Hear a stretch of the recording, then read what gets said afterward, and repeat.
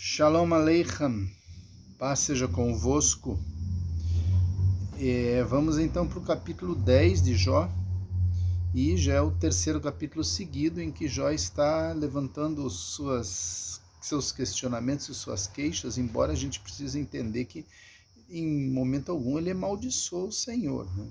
Em momento algum ele desonra ao Deus Criador, mas ele reclama o porquê de ele sequer existir diante de uma situação tão difícil, né?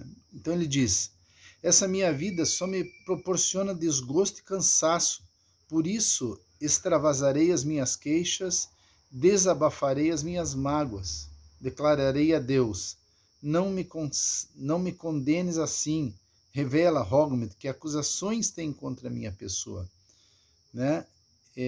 Pode ver que ele está falando isso para aqueles amigos dele, então por isso ele diz, né? Eu declararei a Deus, né? Tal coisa. Então diz assim: tens alguma satisfação em oprimir-me? Afinal, tu mesmo me criaste. Como podes rejeitar a obra da tua mão enquanto sorris com aprovação para o plano dos ímpios?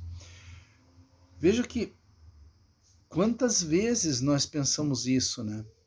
Puxa vida, eu estou passando tanta luta e o ímpio ali está sorrindo, está prosperando, o ímpio ali está ganhando dinheiro, viajando, está bebendo, está aproveitando, né? E eu aqui passando luta. Mas no fundo, sabe por que a gente acha isso? Porque a gente não está na pele do outro, porque só a outra pessoa sabe as lutas que elas estão passando, e a aparência exterior da coisa não mostra o que está lá dentro, né? Então, às vezes a gente olha para uma pessoa, inveja ela, achando que está tudo muito bem, a vida dela está um terror. Sendo que nas nossas lutas há um proveito em que Deus está edificando as nossas vidas, né? E daí ele continua falando, verso 4, porventura tens olhos de carne, enxergas como os mortais? Os teus dias são como o de um frágil ser humano? O tempo e os dias para ti passam do mesmo modo que passam para o homem? Podes investigar se cometi alguma iniquidade? Vasculha a minha vida e avalia quais são os meus pecados. Ainda que saibas com certeza que não sou ímpio e que ninguém pode me livrar das tuas mãos, né? Então, a gente vê que ainda permanece aqui em Jó um sentimento de justiça própria, né? Ele via a si mesmo como um bom homem, e de fato ele era, né? Mas à medida que as coisas passam, ele vê que, embora ele seja um bom homem, ele nunca, aos olhos de Deus, vai ser um bom homem, né? Diante daquilo que Deus realmente quer edificar nas nossas vidas. Olha, e aí ele continua aqui, estamos no verso 8, de fato foram as tuas mãos que me teceram e me deram forma. E será possível que agora as mesmas mãos se voltam contra mim para me destruir? Ó Deus, lembra-te que do barro me moldaste, e agora simplesmente deseja triturar-me e devolver-me ao pó? Não me derramaste como leite e não me coalhaste como queijo? De pele e de carne me revestistes, de ossos e nervos me teceste. Tens-me concedido vida e misericórdia, e a tua providência não tem conservado meu espírito.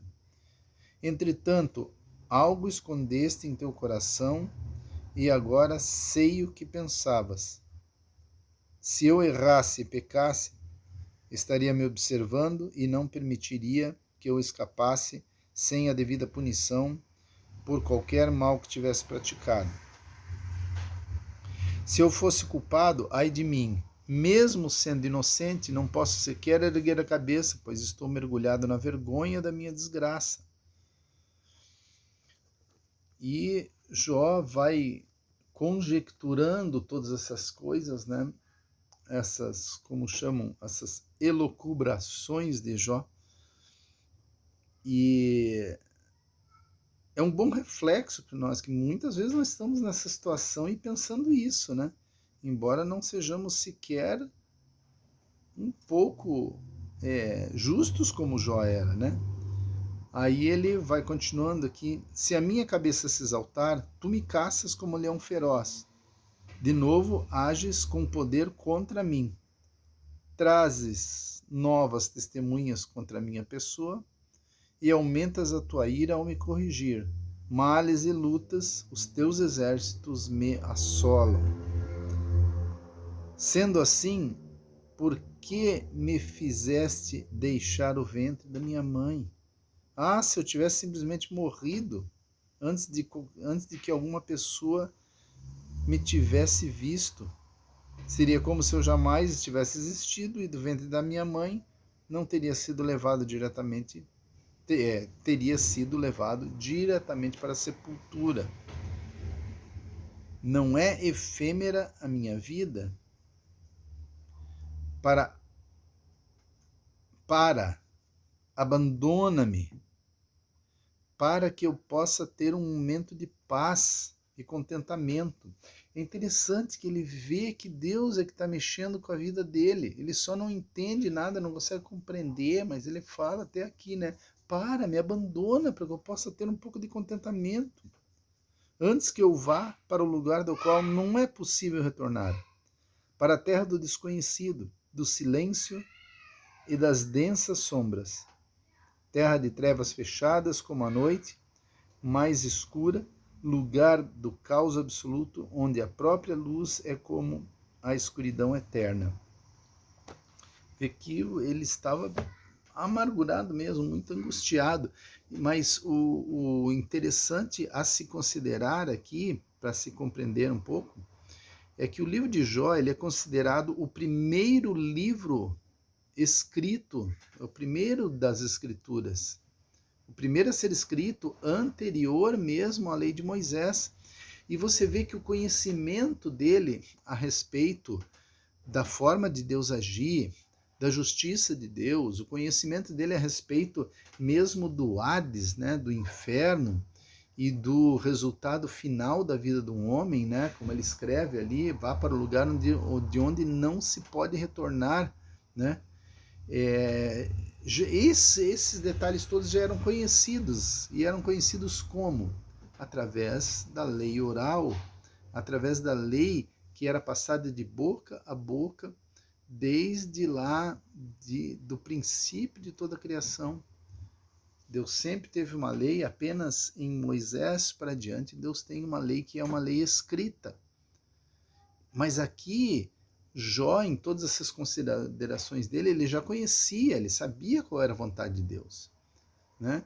Então é bem importante a gente ver isso, que nós precisamos conhecer corretamente a história da salvação, e nós vemos um homem aqui sofrendo e questionando por coisas que ele sabia, porque ele andava de maneira justa por conhecer qual era a vontade de Deus, né? Mas ele estava então reclamando que, mesmo andando corretamente, estava tudo esquisito, a mão de Deus estava pesando sobre ele por alguma coisa que ele não entendia, e ele questiona ali que melhor era não tivesse nascido, melhor que não tivesse vindo a essa vida, tá? Vamos olhando, tentando aproveitar todos os aspectos que nós podemos aproveitar, né, diante dessas coisas. Temos que, quando ler as Escrituras, fazer perguntas a nós mesmos, ou alguém que possa te ajudar a responder.